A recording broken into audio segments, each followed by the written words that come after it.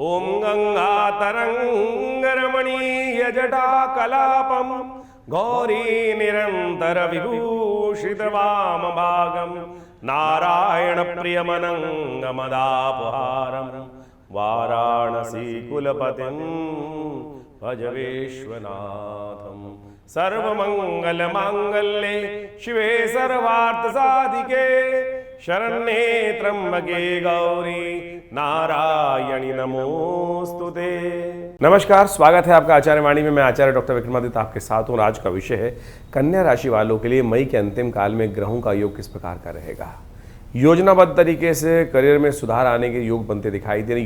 योजनाबद्ध तरीके से, बिना योजना के कुछ नहीं होने वाला। आपकी बुद्धिमानी और सूझबूझ से आप कई समस्याओं का निदान निकालने का सुंदर सुयोग बना सकते हो। सबसे अच्छी बात यह है कि बुध परिवर्तन की तरफ जा रहा है और बुध का ये परिवर्तन इस महीने के अंतिम में आपके लिए कुछ नया रास्ता खुलता दिखाई दे रहा है। जिस बुध ने अस्त होकर बहुत सारी समस्याएं उत्पन्न करने के योग बनाए, अननेसेसरी लोगों को आपके खिलाफ ले जाने का रास्ता बनाया है, लेकिन अब वो बुध परिवर्तन की तरफ जाएगा और चीज़ें आपकी अच्छा योग बनाएगा। नए जिम्मेदारियां मिलती दिखाई दे रही हैं। पद में योजनाएं बद्ध तरीके से काम होने के योग दिखाई देते हैं। व्यापारिक चीज़ों में भी योजनाबद्ध तरीके से लाभ प्राप्ति के योग बन सकते हैं। और बहुत सारे लोगों के साथ जिनमें थोड़ा तालमेल बिठाने की कमी आती दिखाई दे रही थी, इन ग्रहों के परिवर्तन के साथ साथ आपके लिए कुछ नए रास्ते बनते दिखाई देंगे।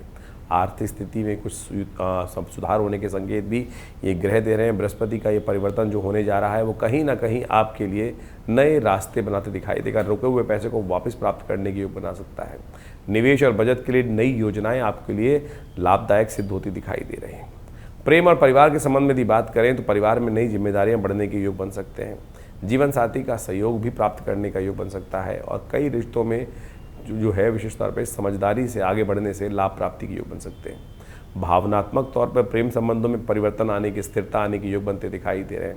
किसी रिश्ते के साथ नए समाचार प्राप्त होने के योग दिखाई देते हैं। स्वास्थ्य के मामले में थोड़ा ध्यान रखना पड़ेगा। त्वचा और नसों संबंधित परेशानी, पेट संबंधित परेशानी थोड़ी कहीं ना कहीं नई सिर उठाती दिखाई दे रही है। इसलिए अनियमित भोजन से, पित्त वाले भोजन से बचने का प्रयास करना चाहिए। योग, ध्यान और थोड़ी सी पर्याप्त नींद का सहयोग अवश्य लेने का प्रयास करें।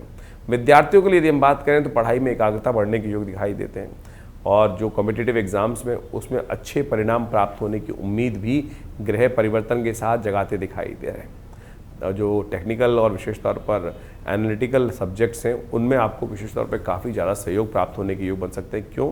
क्योंकि शुक्र, बुध इत्यादि आपकी राशि में जिस प्रकार से जा रहे हैं, परिवर्तन का 3 शुभ ग्रहों का योग आपकी राशि में जहां बनता दिखाई दे रहा है वो आपके लिए बड़ा कल्याणकारी योग बनाने की स्थिति उत्पन्न कर रहा है। कन्या राशि वालों की राशि के दृष्टिकोण से जो अब सिलसिलेवार तरीके से समझ लीजिए ग्रहों का योग कब, कैसा, किस प्रकार से आपके लिए बनेगा। सबसे पहले बात कर लेते हैं 21 तारीख की, बृहस्पतिवार का अवसर।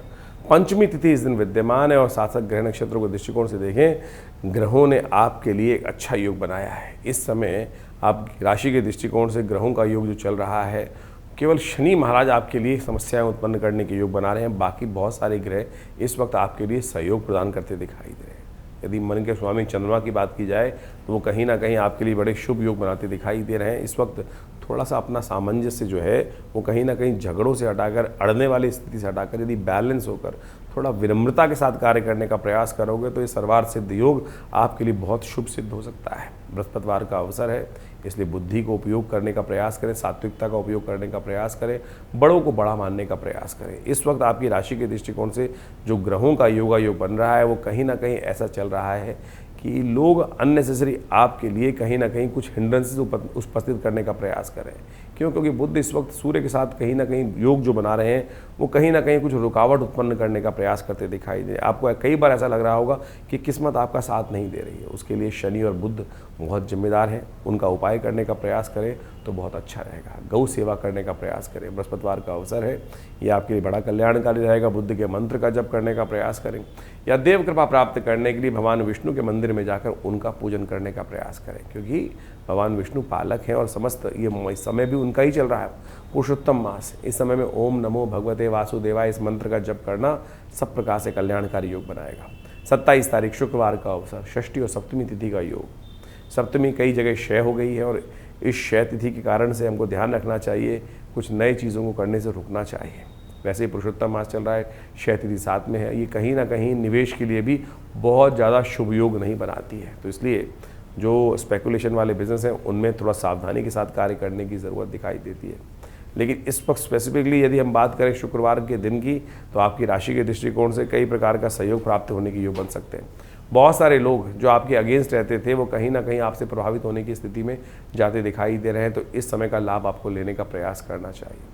लेकिन शनि जो ठीक नहीं है उनका उपाय ज़रूर करने का प्रयास करें। जो 23 तारीख का दिन है, 23 तारीख को शनिवार के ही दिन ही बन रहा है अद्भुत योग। इस दिन अष्टमी तिथि का योग बन रहा है, शनिवार के दिन बन रहा है और साथ में चंद्रमा भी परिवर्तन की तरफ जा रहे हैं, भद्रा का योग लेकर आ रहे हैं। और ऐसे में आपकी राशि के दृष्टिकोण से ये योग जो परिवर्तन का है विशेष तौर पर थोड़ा नुकसान का योग बनाता दिखाई दे रहा है। इसलिए अननेसेसरी के खर्चों से बचें। सेहत थोड़ी सी परेशान करने के योग बना सकते हैं। मौसम बहुत भीषण गर्मी का योग बना रहा है, वो कहीं ना कहीं आपकी राशि के दृष्टिकोण से मौसम परिवर्तन करते हुए थोड़ा स्वास्थ्य पर, अननेसेसरी पैसे पर ग्रहों का नेगेटिव प्रभाव पड़ता दिखाई दे रहा है।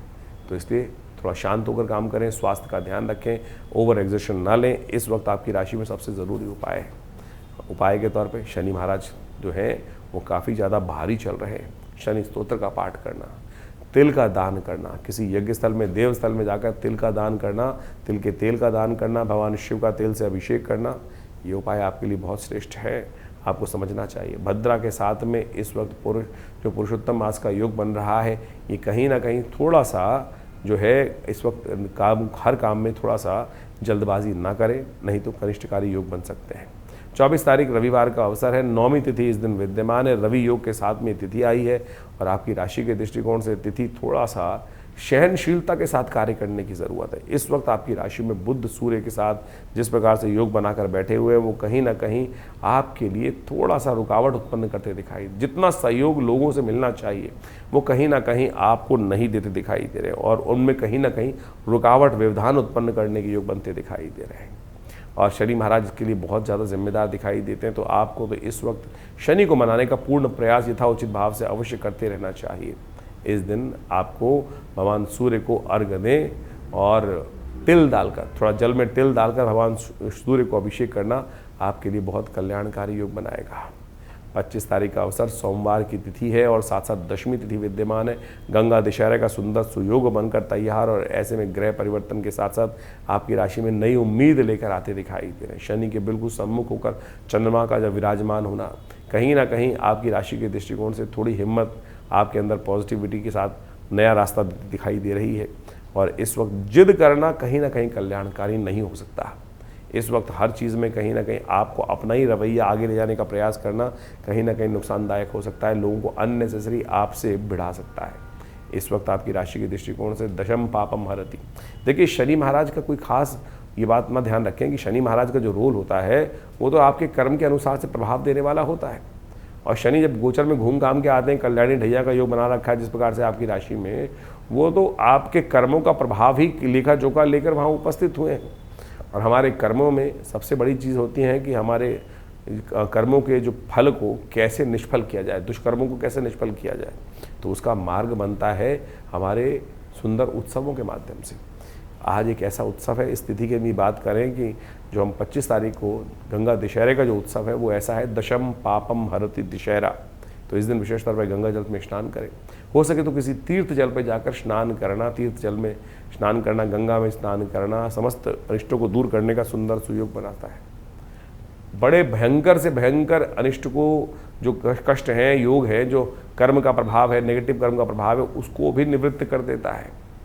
सगर के पुत्रों ने ऋषि का अपमान किया था, महर्षि कपिल का अपमान किया था, जो साक्षात विष्णु के अवतार माने जाते हैं। इतने भयंकर अपराध से भी जब वो भस्म हो गए तब भी उनको तर्पण कर कर गंगा ने पवित्र कर दिया, उनके समस्त उनको निष्कलंक कर दिया।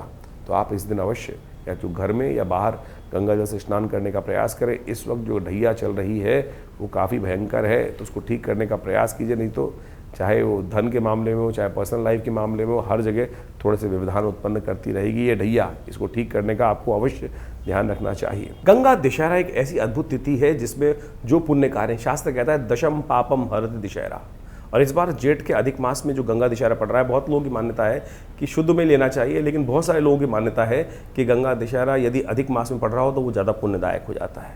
इसलिए आपको दो दो योग पढ़ रहे हैं, दोनों का पुण्य लेने का प्रयास करें। गंगा दशहरा, गंगा दशमी यानी जेठ के महीने में जो शुक्ल पक्ष की दशमी होती है उसको गंगा दशहरा कहा जाता है। हिंदुओं में सनातन में महापर्व कहा जाता है कि गंगा जो स्वर्ग से इसी दिन पृथ्वी पर अवतरण हुआ था और इसीलिए गंगा दशहरा कहा जाता है। दशम पापम, गंगा का अवतरण हुआ दशों पापों को हरने के लिए। 10 प्रकार के मानसिक, वाचिक, शारीरिक समस्त प्रकार के जो कष्ट हैं उससे निवृत्ति का योग बन जाता है। गंगा दशहरा की कथा शास्त्र के अंदर बड़े अद्भुत रूप से पौराणिक रूप में विद्यमान की गई है। पौराणिक कालों में कार्य के अनुसार से कहा जाता है कि सूर्यवंश में सगर नाम के एक राजा उपस्थित हुए थे। उनकी 2 रानियां थीं और उनके बहुत सारे पुत्र थे। भगवान शंकर को प्रसन्न कर कर उन्होंने वरदान प्राप्त किया और कहा जाता है उनके घर में 60,000 पुत्र हो, उनका वंश इतना बड़ा हो गया। और ऐसा जो है विशिष्ट तौर पर इतना बड़ा वंश कहा गया उनको। एक रानी से 60,000 पुत्र हुए और एक रानी से एक पुत्र उत्पन्न हुआ। समय के अनुसार से चलता रहा बढ़िया। उनके मन में एक दिन भाव आया कि हम जो है अश्वमेध यज्ञ करें। अश्वमेध यज्ञ कहा जाता है महाराज सगर ने ही इस समस्त संसार में जितने सागर हैं उनको उन्होंने खुदवाया था, इसलिए सागर जो है जो नाम पड़ा उनसे ही पड़ता है। महाराज सगर ने अश्वमेध यज्ञ सुंदर रूप से कराया और अश्वमेध करने के उपरांत यज्ञ में क्या घोड़ा छोड़ने का नियम होता था। अपने वर्चस्व को स्थापित करने के लिए जहाँ जहाँ वो घोड़ा जाएगा वो सब उनके अधीन होते जाएंगे, इस प्रकार की परंपरा रही थी। तो कहा जाता है कि कपिल मुनि के आश्रम में वो घोड़ा इंद्र लेकर बांधा। इंद्र को भय हो गया कि कहीं मेरे सगर महाराज इस यज्ञ को पूरा कर लेंगे तो कहीं ना कहीं इंद्रासन ना ले लें। तो जो सगर महाराज का घोड़ा था वो कपिल मुनि के आश्रम में जाकर बांधा है। कहा जाता है सगर के पुत्र को घोड़े को ढूंढते ढूंढते जब महाराज कपिल मुनि के आश्रम में पहुंचते, कपिल मुनि साधना में विराजमान थे, साधना में आंख बंद करके बैठे हुए थे। उन्होंने देखा सगर के पुत्रों ने कि घोड़ा यहाँ बंधा हुआ है। उन्होंने सगर जो विशिष्ट कपिल मुनि का अपमान करना शुरू कर दिया। कपिल मुनि साक्षात भगवान विष्णु के अवतार माने जाते हैं और जैसे ही उनका नेत्र खुला वो सारे के सारे 60,000 पुत्र वहीं जो है भस्म बन गए। ये अभिमान का प्रतीक था। सब देखिए कि कैसे जो जब इतना बड़ा राजवंश हो जाता है तो कहीं ना कहीं अभिमान भी हो जाता है। और उसके बाद उन समस्त पुत्रों को कपिल मुनि के जो तीसरा नेत्र खुलने से भस्म हो गए। कहा जाता है उनके बाद 3 पीढ़ियाँ उन पुत्रों की जो अस्थियाँ थी उनको किसी प्रकार से तर्पण प्राप्त हो, शांति प्राप्त हो, उसके लिए कार्य करते रहे। तो जो सुंदर आशीर्वाद प्राप्त हुआ, कपिल मुनि जब जागे साधना से तो उन्होंने सगर महाराज पर कृपा करके बताया कि गंगा का अवतरण करो। गंगा के स्पर्श से ही ये जो है इन 60,000 पुत्रों की जो है मुक्ति होने का योग बन सकता है। तो कहा जाता है उसके बाद 2 पीढ़ियाँ लगातार महाराज सगर की गंगा को मनाती रही। तब महाराज भगीरथ उपस्थित हुए उनके बाद और महाराज भगीरथ ने उन भगवान विष्णु की सुंदर उपासना करी और भगवान विष्णु की सुंदर उपासना कर कर उन्होंने गंगा को मांगा। गंगा को मांगने के बाद कहा गया कि गंगा जब पृथ्वी पर अवतरण होंगी तो ये वेग पृथ्वी सह नहीं पाएगी। तो भगवान शिव की उपासना कर कर उन्होंने शिव को प्रसन्न किया। शिव ने उस गंगा को अपनी जटा में स्थान दिया है।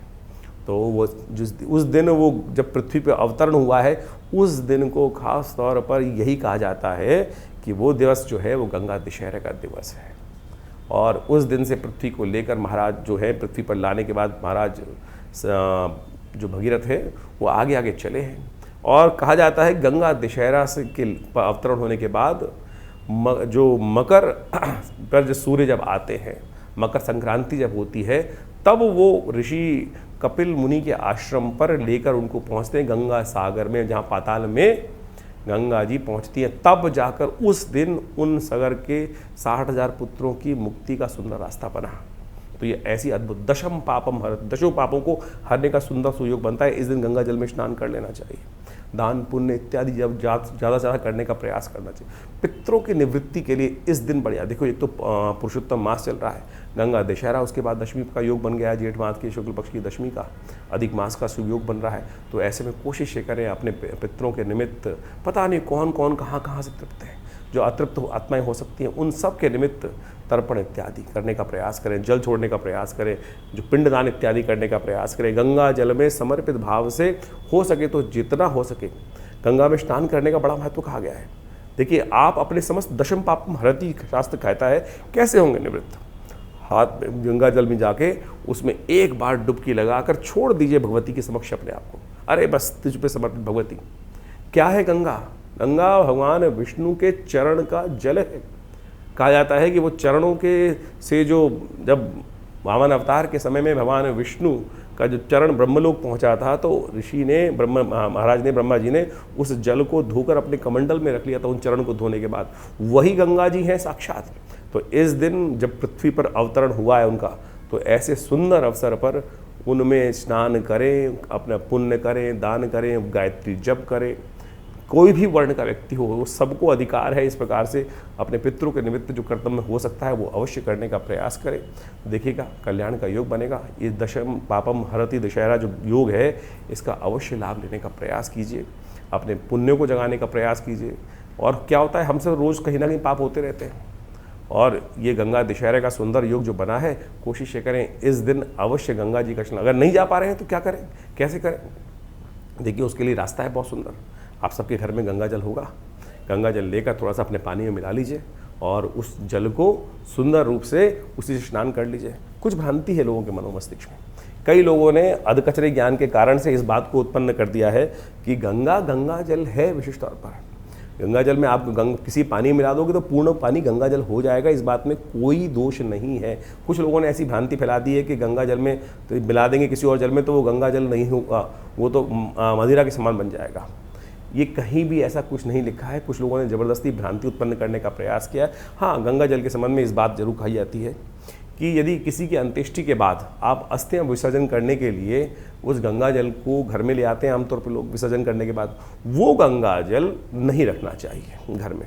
अस्थि विसर्जन के टाइम पर जो गिराकर जो गंगा जल घर में लेकर आते हैं, वो गंगा जल 13वीं के बाद आपको बहा देना चाहिए, उसको नहीं रखना चाहिए। वो गंगा जल उसलिए कहा जाता है कि अंत्येष्टि के बाद जो बचा हुआ गंगा जल जो है, जो उस जगह उस समय गंगा जल स्नान करने गए हैं और वो घर में ले आए, तो वो नहीं रखना चाहिए। बाकी समस्त पुण्य समय पे गया हुआ लाया हुआ घर में गंगा जल बरसों बरसों तक उपयोग कर सकते हैं। और शुद्ध रूप से आप समझें, आप घर के पानी को 4 दिन 10 दिन एक बोतल में रख के रख दीजिए, कीड़े पड़ जाएंगे।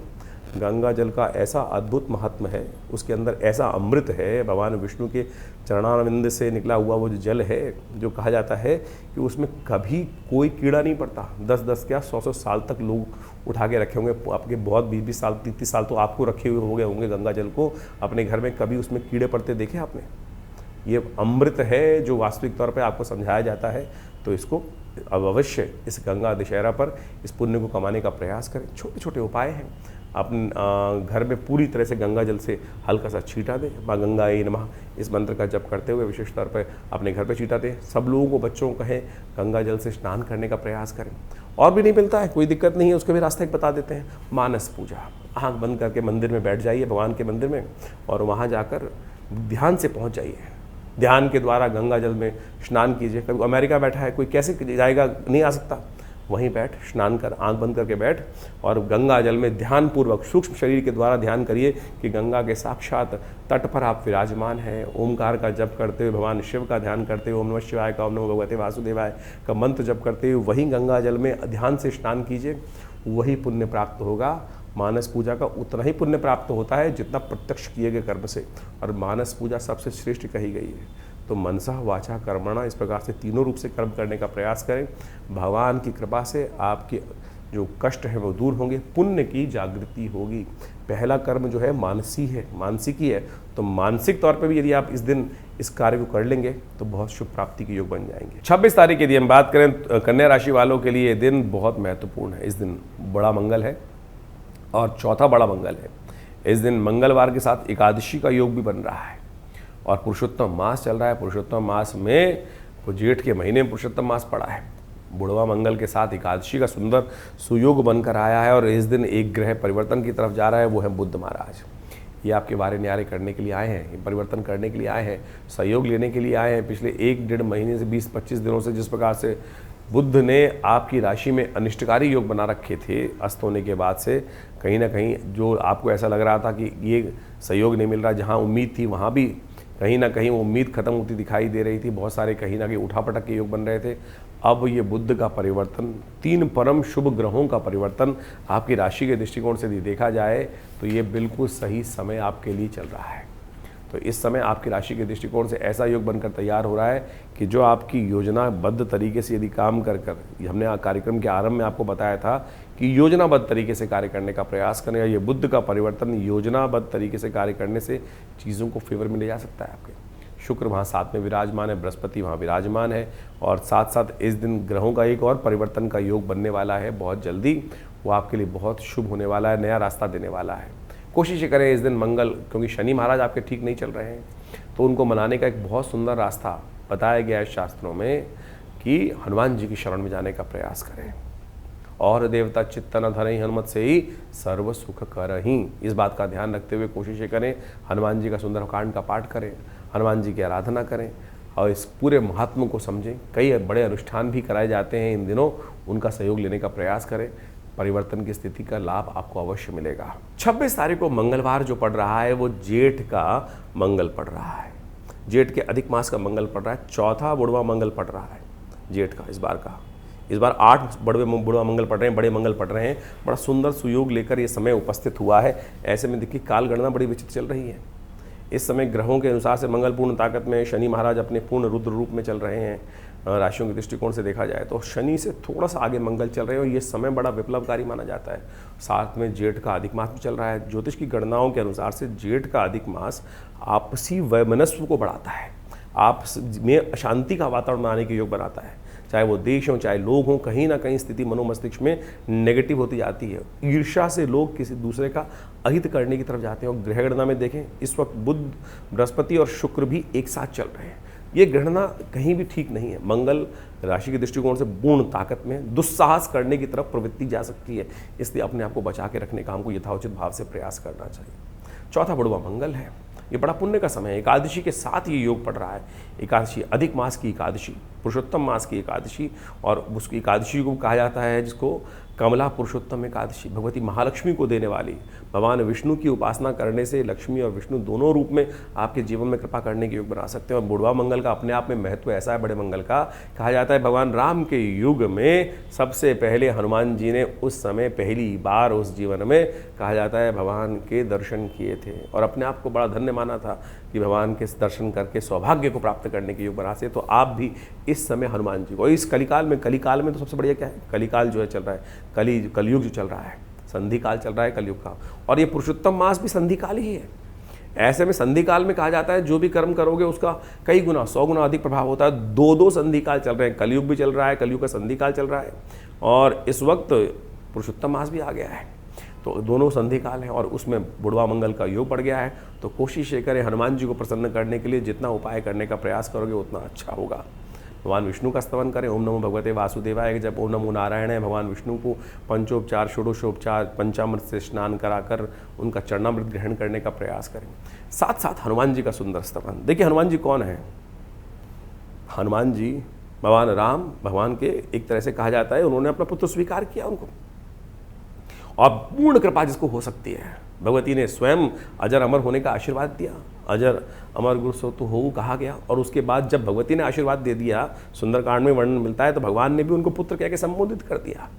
तो आप समझें कि ऐसा सुंदर सुयोग है, और आप समझें कि आप पुत्र की यश गाथा गाओगे तो पिता अपने आप प्रसन्न होकर किसी पिता के समक्ष, माता पिता के समक्ष जाकर उनके बच्चे के संबंध में कहो इतना बढ़िया बच्चा है, ऐसा है, इसने इतना यश काम किया, इतना ऐसा किया, तो पिता का जो सीना होता है माता पिता का सुना डबल हो जाता है। अरे मेरे पुत्र की यश गाथा हो रही है, मेरे संतान की यश गाथा हो रही है। तो इस सुंदर सुयोग में देखिए सुंदरकांड का पाठ कीजिए, हनुमान चालीसा का पाठ कीजिए, हनुमान जी प्रसन्न हो जाएंगे, और क्या होगा, आशीर्वाद सुंदर प्रदान करने का सुयोग बनाएंगे। बहुत छोटे छोटे मार्ग हैं, इसको लाभ उठाने का प्रयास करना चाहिए। और बुढ़वा मंगल का तो अपने आप में ऐसा महत्व है कि जिस भी पंथ के, जिस भी संप्रदाय के व्यक्ति ने जब इनका पाठ किया है, कहा जाता है कि यवन रानी थी, मुस्लिम रानी थी, उसकी श्रद्धा हनुमान जी में हो गई, और उन्होंने उस बुढ़वा मंगल पर विशेष तौर पर बड़ी भगवत हनुमान जी की प्रसाद, पूजन, सवा मनी सब भोग लगवाने का प्रयास किया। बड़ी श्रद्धा से उनका मंदिर बना के उनका पूजन किया, उनकी मनोकामना पूर्ण कर दी हनुमान जी ने। तो अवध के नरेश के यहाँ की ये, अवध के नवाब की ये कथा है, और ये सत्य माने बहुत सुंदर रूप से है। हनुमान जी कोई भेद नहीं करते किसी के लिए भी। हनुमान जी के लिए तो ये देखिए सब पंथ है अलग अलग, और अल्टीमेटली तो सब एक ही हैं, इसमें कोई फ़र्क ही नहीं है इस बात का। लोग कुछ मौलाना, कुछ लोग और सब लोग गंधी इत्यादि सब लोग कहीं ना कहीं जो है वो भेद करने का प्रयास करते हैं, लेकिन परमात्मा के लिए तो कोई भेद नहीं है। जो जीव है इस संसार में वो सब कल्याण का मार्ग प्रशस्त कर सकते हो। तो आप भी इस दिन सुंदर रूप से हनुमान जी का पाठ, सुंदरकांड का पाठ, हमने विवेकानंद योगाश्रम में इस दिन विशेष तौर पर सुंदरकांड का पाठ रखा है, सवा मणि का भोग रखा है, हनुमान जी के नवग्रह शांति महायज्ञ का सुंदर आयोजन किया है, पुरुषोत्तम मास में भगवान विष्णु का यज्ञ रखा है। तो आप सब उसमें सम्मिलित हुए, माँ भगवान हनुमान जी की कृपा से कष्ट दूर होने के सुंदर सुयोग बन जाएंगे। और साथ साथ हमने उस दिन एक व्यवस्था करी है कि हनुमान जी का ये सुंदर धागा आप सब धारण कर सकते हैं।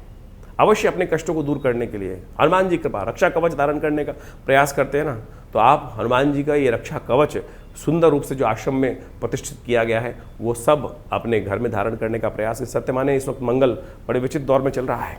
मंगल इस वक्त कहीं ना कहीं दुस्साहस करा सकता है। जिन लोगों की कुंडली में मंगल शनि के साथ बैठा हुआ है, या शनि से दृष्ट है, या नीच का होकर बैठा हुआ है, या कहीं ना कहीं पाप ग्रहों से युक्त है, तो वो ऐसे इस समय में मंगल के अशुभ योग में चलते हुए क्या कर सकते हैं, दुस्साहस कर सकते हैं। और कहीं ना कहीं दुस्साहस भारी पड़ सकता है। इस वक्त नव तपा चल रहा है और ऐसे में अग्निकांड का भयंकर योग है, वो कहीं ना कहीं दुर्घटना करा सकता है। और जिनकी 7.5 ढैया चल रही है उनको तो खासतौर पे सावधान रहना चाहिए। तो ये हनुमान जी का सिद्ध धागा धारण कर कर आप तमाम प्रकार से इससे रक्षा प्राप्त करने का सुंदर सुयोग बना सकते हैं। तो अवश्य हनुमान जी का सिद्ध रक्षा धागा धारण करने का प्रयास कीजिए और उससे आपके बहुत से कष्ट दूर होने के अद्भुत योग बन जाएंगे कि जो शुद्ध रूप से आप कार्य करेंगे, कल्याण होगा। आप भी आइए विवेकानंद योगाश्रम में इस कार्यक्रम में, जो इस पूरे के पूरे जो मंगल पड़ेंगे इस जेठ के महीने में, करीब 4 मंगल और रह जाएंगे, उनमें भी होगा। सुंदर रूप से चल रहा है और सब लोग आकर यहाँ भगवान हनुमान जी की जो विवेकानंद योगाश्रम में सिद्ध मनोकामना सिद्धि मंदिर में हनुमान जी की सिद्ध मूर्ति है, जिसको आचार्य केशव देव जी ने स्वयं अपने हाथों से प्रतिष्ठित किया, तो आप आइए उनके दर्शन कर कर उनका लाभ लीजिए, चोला चढ़ाइए। हनुमान की भगवान की कृपा से आपके कष्ट दूर हो। 27 तारीख बुधवार का अवसर कन्या राशि वालों के लिए एक महत्वपूर्ण तिथि है। और क्योंकि भारत के अंदर तो इस वक्त ग्रह गणना देखें तो इस वक्त देखिए हर जगह का पंचांग अलग होता है। यदि भारत की दृष्टिकोण से देखा जाए तो इस दिन एकादशी का पुण्य बन रहा है, लेकिन भारत से जितना आगे चलेंगे वहाँ एकादशी का पुण्य जो है वो अगले दिन ही बनता दिखाई दे रहा है। तो ऐसे में एकादशी का सुंदर सुयोग है, जो है कमला पुरुषोत्तम एकादशी का सुंदर योग बन रहा है। गज केसरी का साथ में योग बनता दिखाई दे रहा है, जो आपके लिए बड़ा सुंदर ग्रहों की स्थिति को उत्पन्न करता दिखाई दे रहा है। ऐसे में आपको बेकार की चिंता से मन को हटाना चाहिए। आपकी राशि में ग्रहों का योग परिवर्तन की तरफ जो जा रहा है वो कहीं ना कहीं आपको सहयोग देने की तरफ आगे बढ़ता दिखाई दे रहा है। सही काम करेंगे तो सही नतीजे अवश्य प्राप्त होने के योग बन सकते हैं और बड़ों का आशीर्वाद समस्त प्रकार के अनिष्टों को दूर करने का योग बनाता है। इस वक्त आपको सिर्फ आशीर्वाद की ज़रूरत है, बड़ों की दुआ की ज़रूरत है। तो इस दिन खास वो दिन है जो ये आने वाले 3-4 दिन बुध परिवर्तन की तरफ जा चुके हैं, शुक्र के साथ बुध बृहस्पति के साथ बहुत सुंदर सुयोग बना चुके हैं। तो आप इस समय का लाभ लेते हुए कार्य करने का प्रयास करें, चीज़ें आपके फेवर में जाने के योग अवश्य बनेंगी। कमला पुरुषोत्तम एकादशी भगवान विष्णु की सुंदर उपासना का विषय है, सुंदर उपासना का दिन है। और कहा जाता है इस कलिकाल में एकादशी का व्रत समस्त अनिष्टों को दूर करके सुंदर रूप से जीवन में कर्मों को सुधार देता है। फिर शनि भी कुछ नहीं कर पाएंगे। हमने एक छोटे से, देखिए हमारी भारतीय संस्कृति में एक बात कही गई अध्यात्म के अंदर, एक छोटा सा पुण्य बड़े से बड़े पाप के भार के ढेर को दूर कर देता है। हम सुबह शाम प्रार्थना करते हैं ना, उस प्रार्थना में कहा जाता है प्रातः 7 जन्म कृतम पापम स्मरणेन विनश्यति, यानी 7 जन्मों में किए हुए एक बार का परमात्मा का स्मरण 7 जन्मों में किए हुए अनिष्टों को भी दूर कर देता है। तो फिर कौन सी दिक्कत है इन अनिष्टों को दूर करने के लिए? शनि से घबराइए मत, भगवान विष्णु की सुंदर उपासना करने का प्रयास करें। ये बिल्कुल ये तिथि जो है जो पुरुषोत्तम मास में आती है, सहस्त्र गुना पुण्यों को बढ़ाने का रास्ता बनाती है। गज केसरी योग के दिन शुभ योग आपकी राशि में बन रहा है, नया उम्मीद जाग रही है, परिवर्तन का योग आपकी राशि में बन रहा है। 28 तारीख बृहस्पतिवार का अवसर, द्वादशी तिथि विद्यमान है और साथ में प्रदोष का योग भी बन रहा है। और ये योग आपकी राशि के दृष्टिकोण से ऐसा है, इस दिन एक काम करने का प्रयास कीजिए। ग्रह योग आपकी राशि में सुंदर योग बना रहे हैं और ये कहीं ना कहीं आपके लिए नई उम्मीद लेकर ग्रह आते दिखाई दे रहे हैं। इस वक्त आपकी राशि के दृष्टिकोण से जो है कुछ शरारती लोग आपके खिलाफ काम करने का प्रयास कर सकते हैं, लेकिन किसी की चाल चलने वाली नहीं है। इस वक्त आपकी योजना ही काम करने के योग बना सकती है, बस थोड़ा सा जिद में नहीं अड़ना, थोड़ी फ्लेक्सिबल अप्रोच आपको लेने का प्रयास करना चाहिए। फ्लेक्सिबल अप्रोच ऐसी होनी चाहिए कि समय के अनुसार समय की चाल को समझते हुए हम दिशा परिवर्तन करने का योग बना सके, इतना फ्लेक्सिबल रहते हुए कार्य करने का प्रयास करें।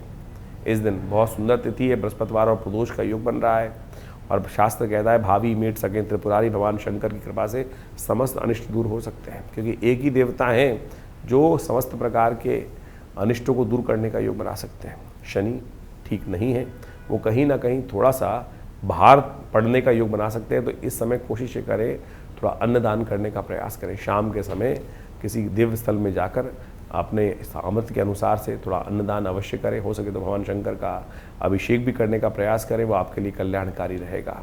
और आपकी राशि के दृष्टिकोण से इस समय भगवान शंकर को बिल्वपत्र अर्पित करना कहा गया है। त्रिदुलम त्रिगुणाकारम त्रिनेत्रम चातिधायुधम त्रिजन्म पाप संहारम बिल्वपत्रम शिवार्पणम। इस बात का ध्यान रखते थोड़ा कार्य करने का प्रयास कीजिए, परिवर्तन की संभावना दिखाई देती है। 29 तारीख शुक्रवार का अवसर है, त्रयोदशी तिथि विद्यमान है और इस दिन बुध परिवर्तन करने की तरफ जाते दिखाई दे रहे हैं। बुध अब आ जाएंगे 3 ग्रहों के साथ सुंदर सुयोग बनाने के लिए, और बुध का ये परिवर्तन बृहस्पति के साथ शुक्र के साथ जो होने जा रहा है, बुध उदय होने के बाद जिस प्रकार से आगे बढ़े हैं और अब बुध का ये परिवर्तन 3 तगड़ी बना रहा है, ये एक नई संभावना आपकी राशि में उत्पन्न करता दिखाई दे रहा है। ग्रहों का परिवर्तन ये कहीं ना कहीं बहुत शुभ योग आपके लिए बना रहा है। चीज़ों को मैनेज करने के लिए, चीज़ों को अनऑर्गेनाइज जो चीज़ें थी उनको ठीक करने के लिए आपके पास सामर्थ्य बाहुबल बहुत अच्छा दिखाई देता है, और बहुत सारी चीज़ों बाहुबल का उपयोग सही रूप से आप करेंगे तो बहुत सुंदर स्थिति आपके लिए बनेगी। गौ पूजा अवश्य करने का प्रयास करें, अपनी वाणी का संयम अवश्य रखने का प्रयास करें। जितना वाणी का संयम रहेगा, यानी अपशब्दों का जितना मुख से कम निकलना होगा, वो आपके लिए उतना शुभ योग बनाता दिखाई देगा। तो इसलिए इस बात का ध्यान रखते हुए कार्य करेंगे तो अच्छा रहेगा। 30 तारीख शनिवार का अवसर, चतुर्दशी तिथि विद्यमान है और इस दिन आपके मन के स्वामी थोड़े कमज़ोर दिखाई देते हैं। पुरुषार्थ करने में थोड़ा मन कम दिखाई देता है, आलस से थोड़ा ज़्यादा हावी होता दिखाई दे रहा है। समय का सदुपयोग करते हुए कार्य करेंगे तो बहुत अच्छा रहेगा। अननेसेसरी खर्चे थोड़े बढ़ते दिखाई दे रहे हैं, तो अननेसेसरी खर्चों को जो जरूरी नहीं है उनको रोकने का आपको प्रयास करना चाहिए। सत्यव्रत है इस दिन क्योंकि शाम को पूर्णिमा का सुंदर सुयोग बन रहा है, तो भगवान सत्यनारायण का अवश्य स्तवन करें। ओम नमो नारायणाय इस भाव का पाठ करें। भगवान सत्यनारायण स्कंद पुराण के अनुसार से समस्त अनिष्टों को दूर करने वाले तत्व माने जाते हैं, तो इसलिए उनको सत्य के रूप में स्थापित कर उनका आराधना करना आपके लिए संपूर्ण रूप से कल्याणकारी योग बनाएगा। शनिवार का अवसर चल रहा है और इस वक्त शनि महाराज को ठीक करने के लिए भी, समस्त अनिष्ट ग्रहों को ठीक करने के लिए भगवान सत्यनारायण की पूजा इस कलिकाल में सबसे श्रेष्ठ मानी जाती है। तो अवश्य उनके निमित्त ध्यान करें, पूजन करें, आपके लिए कल्याणकारी योग बनेगा। 31 तारीख रविवार का अवसर, पूर्णिमा तिथि इस दिन विद्यमान है। उदय तिथि पूर्णिमा की सुंदर सुयोग बना रही है और आपकी राशि के दृष्टिकोण से जो आपकी राशि मन के स्वामी हैं, थोड़ी कमज़ोर स्थिति में चलते दिखाई दे रहे हैं। इस वक्त उनको थोड़ा बल देने की ज़रूरत है और उनका बल विशेष तौर पर जो मिलेगा वो आपके लिए थोड़ा सा ध्यान रखने की आवश्यकता है। इस दिन अवश्य दूध का दान करना चाहिए आपको।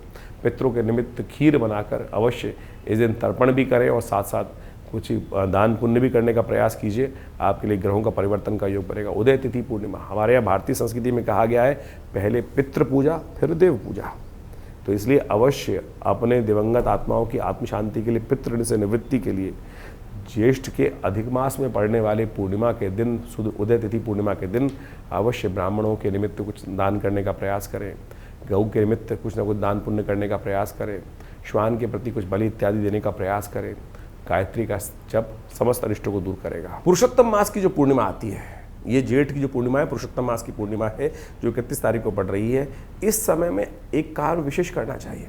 कहा जाता है पुरुषोत्तम मास अपने पितरों की तर्पण के लिए, पुत्रों के ऋण से निवृत्त होने के लिए सबसे श्रेष्ठ माना जाता है। वैसे तो कहा जाता है पूरे के पूरे 30 दिन तक अवश्य अपने पितरों के निमित्त तर्पण इत्यादि करना चाहिए, यज्ञ इत्यादि करना चाहिए, क्योंकि ये काल जो है यज्ञ के लिए, कथा के लिए, तर्पण के लिए ही, पितरों के निमित्त कर्ण करने के लिए ही सबसे श्रेष्ठ माना गया है।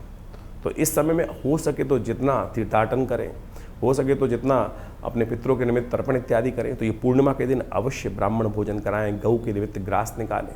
ये समस्त कार्य जो हो सकते हैं वो अवश्य गायत्री का कम से कम 108 बार जप कर लीजिए और हो सके तो गौ ग्रास अवश्य निकालने का प्रयास कीजिए।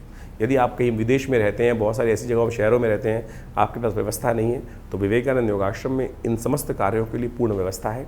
आप अपने पितरों के निमित्त अब कैसे लगाएं कि पितृ, कई बार समझता है लोगों को क्या होता है कि कई बार ये कष्ट हो जाता है कि हम जान नहीं पा रहे हमारे पितृ तृप्त हैं कि नहीं है। चाहे पितृ तृप्त हों, चाहे आपको लगे चाहे ना लगे, एक बात नहीं, पहले तो ये मान लीजिए अवश्य 3 पीढ़ी तक हर व्यक्ति को अपने पितरों के निमित्त तर्पण, भोजन दान, गौ के निमित्त कुछ निवृत्त कार्य अवश्य करने चाहिए, जो शास्त्र में वर्णित ये अवश्य है।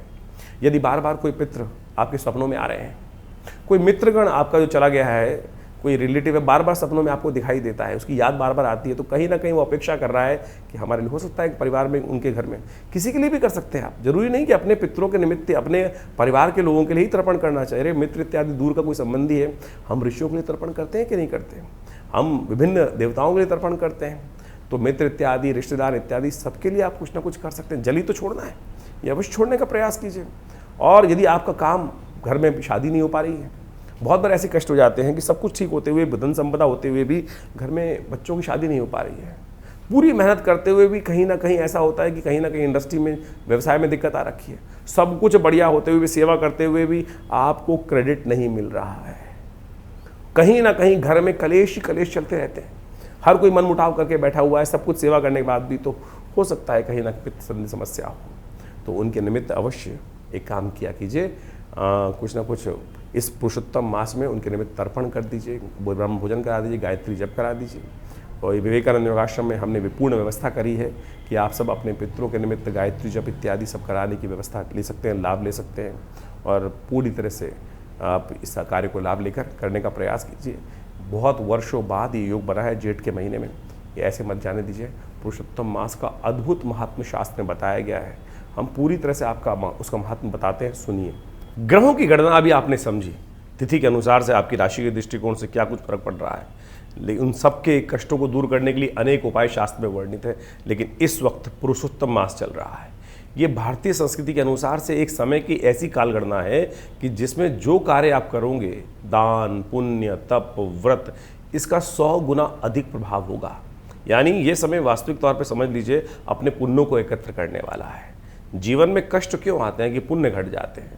जीवन में यदि हमारे पुण्य अधिक मात्रा में हो तो समय कैसा भी खराब चल रहा हो हमें उसका पता ही नहीं चलता। ये ऐसे प्रत्यक्ष रूप से ज्योतिष गणनाओं के अनुसार से कहा गया है। और पुरुषोत्तम मास तो वो मास है जिसमें आध्यात्मिक उन्नति, पुण्य को अर्जन करने के लिए जो भी कर्म किए जाते हैं उसका एक दुर्लभ अवसर माना गया है। और सरल विधि, बड़ी सरल विधि से भगवान कृष्ण की केवल उपासना कर ओम नमो भगवते वासुदेवाय, इस मंत्र का केवल जप करके ही आप अपने पुण्यों को अद्भुत रूप से बढ़ाने का अद्भुत कार्य कर सकते हैं। भगवान विष्णु का कैसे ही पूजन किया जाए, कहा जाता है कि इस मास में भगवान विष्णु को तुलसी दल अर्पित करने से, पूजा में भगवान को पीताम्बर अर्पित करने से, पीले पुष्प अर्पित करने से, चंदन, केला, पीली मिठाइयों का भोग उनको लगा देने से भगवान की प्रसन्नता अद्भुत रूप से प्राप्त हो जाती। शास्त्र कहता है ना, पत्रम पुष्पम फलम तोयम यो में भक्ता प्रयच्छति। किसी प्रकार से भी आप अपनी श्रद्धा का समर्पण करने का प्रयास करें। श्रीमद् भागवत का यदि हो सके तो सप्ताह करने का प्रयास करें, गीता का पाठ करने का प्रयास करें, विष्णु सहस्त्रनाम का पाठ करने का प्रयास करें, रामायण का। ये वास्तविक तौर पे अपने पुण्यों को बढ़ाने के लिए। देखिए एक बात समझ लीजिए, आए थे हरि भजन को ओटन लगे कपास। ज्योतिष को बहुत सारे लोग केवल शास्त्र शून्य, अध्यात्म शून्य मान लेते हैं। ज्योतिष में जो भी अब उपाय इत्यादि किए जाते हैं, परमात्मा का नाम ही एक ऐसा उपाय है कि जिससे समस्त कष्ट दूर हो जाते हैं। लेकिन आज हम लगे हैं चक्करों में, किस प्रकार से पता नहीं कौन कौन से उपाय, कोई उल्टा करवा रहा है, कोई सीधा करवा रहा है, कोई ये नदी में डलवा रहा है, कोई वो नदी में डलवा रहा है, कोई चलते पानी में डलवा रहा है, कोई कुछ कर रहा है। शास्त्र के अनुसार से आज कहा गया है ना कि केवल हरिनाम का स्मरण कर लो, समस्त कष्ट। ये जो ज्योतिष की गणनाएँ हैं ये तो केवल माध्यम है जानने का, जो एनालाइज करने का क्या समस्या चल रही है। निदान तो परमात्मा का नाम ही है और वही सरल रूप से हम ले नहीं पाते हैं। तो इस पुरुषोत्तम मास में कोशिश ये करें, अत्यधिक सेवा करने का प्रयास करें, दान पुण्य करने का प्रयास करें, अपनी क्षमता के अनुसार अन्नदान, दीपदान, तुलसी का पौधा इत्यादि भी लगा देंगे ना तो वो भी पुण्य को बढ़ा देगा। इसको करने का प्रयास, जरूरतमंदों में भोजन दान इत्यादि करने का प्रयास करें। दान बंद करने से, समझ लीजिए, दान बंद करने से किस्मत का ताला है ना वो बंद हो जाता है। इसलिए यथाउचित भाव से जो दान पुण्य करने का प्रयास करें। पता नहीं हमारे पूर्व जन्मों से कौन से कर्म ऐसे हैं जो हमारे साथ चलते चले आ रहे हैं, और पुण्य है तो वो कहीं ना कहीं हमारे को आगे बढ़ाए जा रहे हैं, और पुण्यों का अकाउंट कम है तो कष्ट एक के बाद एक कहीं ना कहीं परेशान करते चले जा रहे हैं। घर में एक तुलसी का पौधा इस महीने अवश्य लगाने का प्रयास करें। ये छोटा सा उपाय है, देखिएगा घर के वास्तु दोष दूर करने के लिए अद्भुत रूप से कष्ट दूर होने के योग बन जाएंगे। पूरे पुरुषोत्तम मास में, जैसे कार्तिक मास में पूजन किया जाता है ना, इसी प्रकार से स्नान कर कर एक दीप दान कर लीजिए। ये छोटा सा उपाय है। सत्य मान लीजिए आपके पितृ संबंधी समस्या यदि कोई चल रही है, बहुत सारे लोग कहते हैं पितृण पितृदोष ये वो फलाना धमका, केवल इस मास में, पुरुषोत्तम मास में एक दीप दान शाम के समय नित्य प्रति जलती नदी में कर देंगे तो कहा जाता है वो आपके पितरों को भी तृप्त कर देगा। देखिए एक बात और ध्यान रखें, इस पुरुषोत्तम मास में बहुत से कार्य वर्जित कहे गए हैं। विवाह, गृह प्रवेश, मुंडन, जनेऊ इत्यादि जो संस्कार इत्यादि हैं वो बिल्कुल वर्जित माने जाते हैं, उनको नहीं करना चाहिए। क्योंकि इस मास की गणना, ये मलमास माना जाता था पहले, लेकिन जब मलमास पद्म पुराण में बहुत अत्यधिक कथा ही जब इसके अंदर जो शास्त्र में कहा गया है कि पुरुषोत्तम मास में किया गया कोई भी सत्कर्म कार्तिक मास के समान पुण्य होता है, तो कहा जाता है कि एक बार शास्त्र के दृष्टिकोण से कहा जाता है कि मलमास जिसका नाम पड़ा, जिसमें संक्रांति नहीं आती, यानी जिस मास के अंदर, जैसे आप मान के चलें चैत्र वैशाख जेठ इस सब में एक संक्रांति आती है विशेष तौर पे, लेकिन जिस मास में 32 महीने 16 दिन बाद 4 घड़ी के एक अंतर से एक ऐसा समय आ जाता है कि जिसमें महीना जो है वो ऐसा खत्म हो जाता है कि संक्रांति बीच में पड़ती ही नहीं है। तो जब वही मलमास माना जाता है कि यानी मलमास पड़ गया, तो कहा जाता है कि एक बार भगवान बड़ा परेशान हुआ मलमास कि मुझको मलमास बना दिया गया है। तो भगवान कृष्ण के समक्ष, भगवान विष्णु के समक्ष पहुँचे मलमास कि महाराज इस पूरे संसार में मुझे परित्यक्त कर दिया गया है, मुझे मल के रूप में जाना जाता है, अधिक मास के रूप में जाना जाता है। तब भगवान ने प्रसन्न होकर, भगवान तो बड़े करुणा निधान है, उन्होंने पुरुषोत्तम मास पे, इस मलमास पे कृपा करी और अपना नाम दे दिया और कहा इस मंथ मास में जो भी कोई हरिनाम का स्मरण करेगा, हरिनाम का संकीर्तन करेगा, उसके समस्त दोष दूर हो जाएंगे। ग्रह गणना तो आपने समझ ली, ये पुरुषोत्तम मास भी ग्रह गणना एक तरफ, परमात्मा का नाम एक तरफ। यदि परमात्मा का नाम स्मरण करके आप जो भी कार्य करेंगे तो आप सत्य माने कल्याण का सुमार्ग आपके जीवन में बन जाएगा। इसलिए शास्त्र के दृष्टिकोण से जो भी हो सके, और इस बार तो जेठ के महीने में ये मलमास पड़ा है, अधिक मास पड़ा है, पुरुषोत्तम मास पड़ा है, तो क्या करें, परमात्मा का स्मरण करने का प्रयास करें। और हम इस विशेष अवसर पर जितने भी मंगल पढ़ रहे हैं, हमने जेठ के इस महीने में विशेष तौर पर बड़ा मंगल माने जाते हैं, हमने विवेकानंद योगाश्रम में उन समस्त कष्टों को दूर करने के लिए विशेष कार्यक्रम रखे हैं। देखिए एक बात माने, भारतीय संस्कृति के अनुसार से हमारे ऋषि मुनियों की अद्भुत शोध है देवता की उपासना करना। उनमें भी इस कलिकाल में कहा जाता है कि भगवान हनुमान जी की सुंदर उपासना ऐसी है जो तत्क्षण फल देने वाली है। तत्क्षण, जी हाँ, 2 उपासनाएं बताई गई हैं शास्त्र के दृष्टिकोण से। एक तो पितरों के निमित्त अवश्य जो कार्य करते हैं, एक तो आपके पितृ बड़े हितैषी होते हैं। और ऐसा मत मान लीजिए, बहुत सारे लोग तथाकथित तौर पे ऐसा समझ लेते हैं कि पितृ किसी की मृत्यु हो गई तो वो समय खत्म, उसको कुछ कार्य नहीं है। अरे कहीं नहीं जाते, 3 पीढ़ी तक वो आपके पास ही रहते हैं, सब कार्य देखते हैं, अपेक्षा करते हैं कि ये कोई हमारे लिए करते हैं कि नहीं करते कार्य। और सत्य माने ऐसी एक नहीं अद्भुत घटनाएं हैं जिसके माध्यम से ऐसा पता चलता है कि पितरों ने उन व्यक्ति के जीवन को तार दिया, कष्ट समस्त हर लिए। यहाँ तक कि भारतीय शोध विज्ञान के जो ऋषि गण हुए हैं उन्होंने ही इसके बारे में नहीं लिखा है, बाहर के राइटर्स ने, एनी बेसन ने, W. बीटर ने ऐसी ऐसी पुस्तकें लिखी हैं जिसके माध्यम से आपको समझ में आना चाहिए कि वो पिता जो दिव्य आत्माएं हैं, दिवंगत आत्माएं हैं, वो अद्भुत रूप से कष्टों को दूर करने के लिए आती हैं। एक इनविजिबल हेल्पर नाम से किताब लिखी, हमारे आश्रम से किताब छपी है जिसका नाम है प्रेतात्माओं से मिली है। ऐसी अद्भुत रहस्य की बातें हम लोगों ने उसमें लिखी, शोध की बातें लिखी हैं कि कैसे वो दिवंगत आत्माएं आती हैं और हमारे के जीवन में बहुत सारे कष्ट दूर करके चली जाती हैं। एक व्यक्ति हमारे आश्रम पे आए, बहुत वर्ष पुरानी बात है, मैं बहुत छोटा था, पिताजी के साथ में बैठा हुआ था। फरीदाबाद से एक व्यक्ति आया और उसने पिताजी के समक्ष अपनी बात रखी कि महाराज मुझे ऐसे ऐसे मेरे भाई, जिसकी बड़े भाई की मृत्यु हो गई थी, और वो सपने में आकर कुछ भाव बता के गया है। पिताजी ने कहा पूरी बात बताओ क्या हुआ। महाराज मैं ऐसे सो रहा था एक दिन, और सोते हुए क्या हुआ कि मुझे ऐसा लगा कि भाई आवाज़ दे रहा है, उठ जल्दी उठ भाई। उसके भाई की मृत्यु हो गई थी और आवाज़ आई उसको भाई की, भाई उठ जल्दी उठ, घर में चोर आए हुए। वो खट से उठा और उसने देखा, इसे उठ के, पुराने ज़माने की बात है, करीब 30-35 साल पुरानी बात बता रहे हैं आपको हम, और खटपट हुई होगी। तो क्या हुआ कि वो जो बाहर थी भैंस इत्यादि बंधी हुई थी, उसको खुली भैंस मिल गई, और जैसी खटपट हुई होगी, उठा होगा, तो वो चोर भाग गया। यानी भैंस जो उसको चुरा के ले जा रहे थे जो लोग, वो छोड़कर भाग गए। उसको कुछ दिन बाद फिर वही सोते हुए आभास हुआ कि भाई की आवाज़ आ रही है कि भाई चिंता मत कर। उस बड़े भाई की एक बेटी थी जिस शादी योग्य थी, और छोटा भाई बड़ा परेशान था कि अब पैसे है नहीं इतने, शादी कैसे करूँगा। और उसने पिताजी को आके बताया कि ऐसे ऐसे आभास हुआ है कि बड़े भाई ने मुझे कहा है सपने में आकर कि ये काम कर ले, इस काम में बहुत फ़ायदा होने वाला है, तो आगे जाकर इस काम में कर ले, और जो पैसे आए उसको शादी में लगा दिया। वो पूछने आया पिताजी से हमारे कि भाई ऐसा काम, मुझे ऐसा आभास हुआ है, इसको करना चाहिए नहीं करना चाहिए। पिताजी ने पूरा गणनाएं देख के कहा, अगर पितर आपके आए हैं और आपके समक्ष इस बात का सानिध्य कर रहे हैं, तो आपको ये कार्य अवश्य करना चाहिए। सत्य मानिए, उसने वो कार्य किया। अब मैं हम यहाँ वो बताना नहीं चाहते कौन सा कार्य वो करता था, लेकिन सत्य माने उससे उसको लाभ हुआ। तो आपके पितृ आपके सबसे बड़े हितैषी हैं, उनके निमित्त ये कार्य हमको अवश्य करना चाहिए। तो समझ लीजिए भगवान हनुमान जी महाराज और पितृ इत्यादि आपके सबसे हितैषी है, तो उनके निमित्त जो कार्य कर सकते हैं अवश्य करने का प्रयास करो। इस जेठ के महीने में तो बड़ा जो मंगल पढ़ते हैं, बुढ़वा मंगल पढ़ते हैं, तो अद्भुत योग लेकर आते हैं। हमने उसके लिए विशेष तौर पे कार्यक्रम बनाए भी हैं, बहुत सारे यज्ञ इत्यादि चलते हैं। पितरों के निमित्त भी इस जो अधिक मास है, पुरुषोत्तम मास है, इसमें हमें गायत्री जप, ओम नमो भगवते वासुदेवाय, इसको अवश्य करने का प्रयास करना चाहिए। सत्य माने, अगर आपका ये ऋण निवृत्त, पितृदोष नाम की कोई चीज़ नहीं होती है, पितृ ऋण जरूर होते हैं, और पितृ ऋण से यदि हमारे जीवन में निवृत्ति हो जाए तो सत्य माने आधा भार कट जाता है। और साथ साथ हनुमान जी का स्तवन यदि हम कर लें तो आपके बहुत सारे कष्टों को दूर करने का सुंदर सुयोग बन सकता है। तो इस जो करीब करीब 2.5 साल बाद ये पुरुषोत्तम मास आया है, साथ में जेठ के महीने में आया, वर्षों बाद ऐसा योग बना है, तो इसको जाने मत दीजिए। जितना हो सकता है पुण्य कार्य करने का प्रयास करें।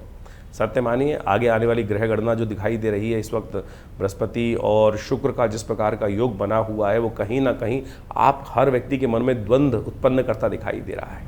और इस वक्त स्थितियां ऐसी हैं कि मनोमस्तिष्क 2 बार भागों में बटे हुए हैं, और अभी 1 तारीख के बाद से तो बृहस्पति महाराज उच्च के होने जा रहे हैं, महत्वपूर्ण परिवर्तन लाने का योग बना रहे हैं। ग्रह अपना शुभ और अशुभ फल बनाते हैं, योग बनाते हैं। लाभ और हानि उनको होती है जिनके पुण्य कम ज़्यादा होते हैं। तो इसलिए अपने यथाउचित भाव से पुण्यों को बढ़ाने का प्रयास करें। यदि ग्रह थोड़े हल्के भी होंगे ना, तब भी वो समय आपको पार करके ले जाएगा। और ग्रह बहुत अच्छे चल रहे हो और किसी व्यक्ति के पास पुण्य ही ना हो, तो फिर क्या मिलेगा उसको। तो इसलिए ये न कि न प्रकारेण संसार में अपने पुण्यों को हमें बढ़ाने का प्रयास करना चाहिए। बहुत सारे लोग तथाकथित तौर पर आपके बरो मस्तिष्क में कुछ प्रश्न चिन्ह डाल देंगे, कटाक्ष उपस्थित करने का प्रयास करेंगे, सदमार्ग पर चलने को रोकेंगे, तो उन भ्रांतियों में ना फंसें। इस संसार में, तुलसी संसार में भांत भांत के लोग, पुण्य होगा तो अच्छे लोगों के साथ जुड़ जाओगे, और नहीं तो इस संसार में हर शाख पे ऐसे बदमाश बैठे हैं जो आपके लिए कहीं ना कहीं गड्ढे खोद के तैयार कर रहे हैं। और जब वक्त खराब आता है तो व्यक्ति उसमें फंस जाता है। और वक्त सही हो तो आप समझे, तुलसी बाबा ने जिस प्रकार से रामायण में कहा है ना, बिन हरि कृपा मिल ही नहीं संता। हरि कृपा कब होती है? जब हमारे पुण्य जागते हैं। तो इसलिए इस समय में आप कोशिश ये करें, पुण्य जगाने का प्रयास करें, ज्योतिष को इसी प्रकार समझने का प्रयास करें। नहीं तो फिर दुकान है, नग बेचने की दुकान ज्योतिष नहीं होनी चाहिए। मंत्र जप आप स्वयं करें। हम समस्त चीज़ें आपके समक्ष बड़े खुलकर बताने का प्रयास करते हैं, शास्त्र विधि के अनुसार से बताने का प्रयास करते हैं। इस ज्योतिष को पौराणिक मत के अनुसार से ही समझें। समस्त ज्योतिष के निदान, पंचांग, ये सब जितनी भी चीज़ें हैं वो पुराणों के साथ, अध्यात्म के साथ, भारतीय वेद विज्ञान के साथ जुड़ी हुई हैं। तो इसी प्रकार से वो समझने का प्रयास करें। आज हर दूसरा आदमी ज्योतिष के साथ जुड़कर अनेक अनेक प्रकार से अपने अपने कहीं बहुत अनेक कितने उपाय कोई करा रहा है। कोई वास्तु ठीक कराने में लगा हुआ है, कोई कुछ ठीक कराने में लगा हुआ है। हम वास्तु की बात भी इस बात करना हम चाहते हैं, इस बारे में बताना चाहते हैं कि लोग आज आते हैं और 5-5 लाख, 2-2 लाख, 4-4 लाख की चीज़ों को बताकर और पता नहीं कैसे कैसे वास्तु को ठीक करने का प्रयास करते हैं। भारतीय संस्कृति में गृह प्रवेश जब करते हैं तो सबसे पूजन जब करते हैं, सबसे गृह आरंभ करते हैं, तो सबसे पहले वास्तु शांति कर दी जाती है। वास्तु शांति हो गई और उसके बाद फिर वास्तु दोष कैसे रह सकता है? अगर किसी विद्वान ब्राह्मण ने, पंडित जी ने आपके घर में वास्तु गृह आरंभ करते वक्त वास्तु शांति करा दी और उसके बाद आपने गृह प्रवेश के टाइम पर भी वास्तु को स्थिर कर लिया, फिर कैसे आपके जीवन में, आपके घर में कोई इस प्रकार के दोष हो सकते हैं। इसलिए इन भ्रांतियों से हटें। और बहुत सारे लोग 3 पैर के मेंढक, 4 पैर के मेंढक और पता नहीं क्या क्या कौन कौन सी चीज़ें घर में लगा के ला देते हैं। हमने तो ऐसा देखा है कि बहुत सारे, जो इतना बड़ा आदमी उतना ज़्यादा लोगों को उसको बनाने के लिए बहुत सारे जो हैं शातिर लोग कहीं ना कहीं घूमते रहते हैं। एक व्यक्ति मेरे आश्रम पे आए बहुत साल पहले, मुझे याद है, पता वो, मैंने बोला क्या करते हो? ये हवन में आए थे, रविवार के सुबह हवन में। बोले जी हम वास्तु दोष ठीक करते हैं लोगों का। मैंने क्या करते हो?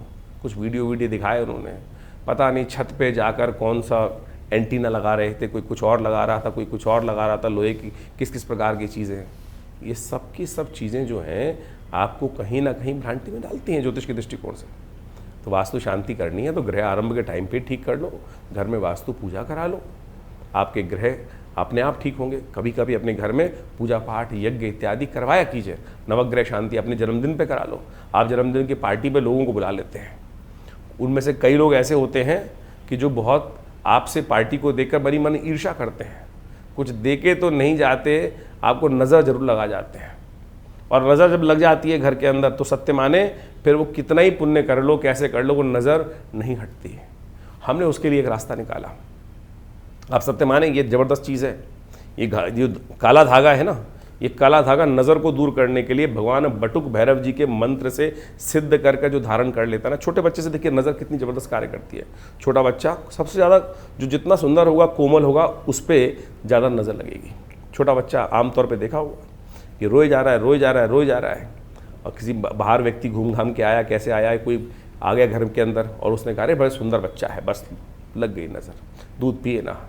छोटा सा टोटका है, मिट्टी उठाकर, हल्की सी पैर की मिट्टी उठाकर उस बच्चे के ऊपर से वार के फेंक दो, बच्चे की नज़र दूर हो जाएगी, बच्चा शांत हो जाएगा, सो जाएगा।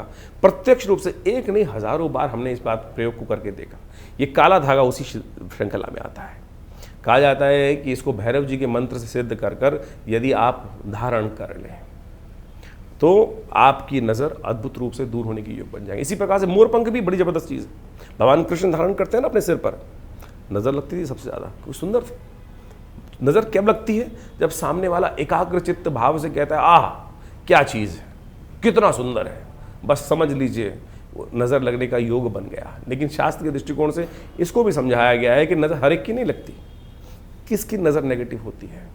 जिसने गलत प्रकार का भोजन किया हो, किसी भी प्रकार से गलत प्रकार का भोजन इत्यादि करने वाले व्यक्ति के साथ में बहुत सारी चीज़ें हैं, उस संबंध में यहाँ पर बताना ठीक नहीं रहेगा। शास्त्र के दृष्टिकोण से उन सब बातों को बताया गया है। वैसे एक बात मान लीजिए, किसी व्यक्ति ने कभी विष्ठा खाई हो, बाल्यकाल में बहुत सारे बच्चे गलती से विष्ठा खा लेते हैं, मलमूत्र अपना ही खा लिया। कहा जाता है शास्त्र के दृष्टिकोण से जिस व्यक्ति ने की नज़र किसकी खराब लगती है, किसी व्यक्ति ने बाल्यकाल में अपनी विष्ठा खा ली हो तो उस व्यक्ति की नज़र हमेशा लगेगी। इस बात का ध्यान रखना शास्त्र के दृष्टिकोण से। ये शास्त्र में, जो तंत्र शास्त्र के अंदर अनेक इस प्रकार की बातें बताई गई हैं और एक्सपीरियंस के द्वारा इस बात को ठीक किया जा सकता है कि कैसे हम पत्थर मारने वाले को नहीं रोक सकते हैं हम, लेकिन अपनी रक्षा कवच बना सकते हैं। तो एक काला धागा ही एक छोटी सी चीज़ है, जिसको आप बांध लेंगे तो सत्य माने आपकी नज़र जो है वो नहीं लगेगी। तो इस प्रकार से बहुत छोटी छोटी चीज़ें हमने शास्त्र के दृष्टिकोण से बताई हैं, तो आप उन सबको समझें, करें, कृपा प्राप्त होगी। भगवान की कृपा से आपकी हमेशा रक्षा होगी। और विवेकानंद योगाश्रम में तो हमने बहुत सारे मंत्रों पर शोध किया, मंत्र विज्ञान के द्वारा बहुत सारे कार्य किए। नित्य प्रति 8 घंटे करीब यज्ञ होता है आश्रम पर, और आप सब लोग विभिन्न कार्यक्रमों में उस यज्ञ में आके बैठ सकते हैं। और इस पुरुषोत्तम मास में हम पितृ शांति के निमित्त पूरे 1 महीने तक पितरों से निवृत्ति, जो कष्ट पितृऋण से निवृत्ति के लिए गायत्री का एक विशेष यज्ञ रख रहे हैं। आप अपने पितरों के निमित्त गायत्री के उस यज्ञ में भाग ले सकते हैं, अपने नाम से करा सकते हैं। पूरी व्यवस्थाओं को जानने के लिए आप फ़ोन पे संपर्क साध सकते हैं। दिल्ली में विवेकानंद योगाश्रम बड़ा अद्भुत प्रकार से कार्य कर रहा है।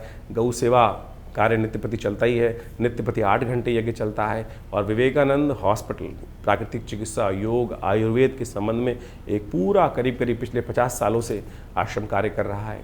भारत सरकार के पैनल पर है, दिल्ली गवर्नमेंट के पैनल पर है, और बहुत सारे लोग आकर, चाहे वो कमर दर्द है, चाहे वो सर्वाइकल पेन है, चाहे वो ब्लड प्रेशर है, चाहे वो शुगर है, एंजाइटी डिसऑर्डर्स हैं, नींद न आने की बीमारी हैं, इन सब में विभिन्न मुद्राओं के द्वारा, योग के द्वारा, औषधि विज्ञान के द्वारा, प्राकृतिक चिकित्सा के द्वारा, बिना किसी औषधि के भी हम धूप मट्टी पानी प्राकृतिक चिकित्सा के द्वारा बहुत सारी बीमारियों को ठीक करने के लिए यहाँ बाहर दिल्ली में कार्य कर रहे हैं। 2 एकड़ में बड़ा संस्थान है विवेकानंद हॉस्पिटल योगाश्रम, और बहुत सारी शोध पुस्तकें लिखी हैं, करीब करीब 50 से 60 पुस्तकें लिखी गई हैं। इन सब कार्यों को लगातार लोगों के समक्ष रख रहे हैं। आप भी आइए, जुड़िए हमारे साथ। विभिन्न कार्यक्रम जो समय समय पर होते हैं, हम आपके साथ उनके साथ आश्रम में आकर जुड़ सकते हैं। माँ भगवती की कृपा, और सबसे बड़ी कृपा, सबसे बड़ी चीज़ जो है, माँ भगवती का अद्भुत दिव्य श्री विग्रह विद्यमान है विवेकानंद योगाश्रम में, जो 500 साल पुराना है। जी हाँ, 500 साल पुराना दिव्य श्री विग्रह जो मुल्तान से, पाकिस्तान में मुल्तान से एक व्यक्ति लेकर आया। और आज हमारा सौभाग्य है कि इतना दिव्य श्री विग्रह भगवती का हमारे विवेकानंद योगाश्रम में आचार्य केशव देव जी के द्वारा आज से करीब करीब 65 साल पहले प्रतिष्ठित किया गया। तो आप भी आइए, उनके दर्शन कीजिए, 500 साल पुराने भगवती के श्री विग्रह के, दिव्य श्री विग्रह के। तो उनकी कृपा से हजारों लोगों ने अपनी मनोकामना पूर्ण करी है। आप भी उनके सानिध्य में बैठकर यज्ञ इत्यादि करें।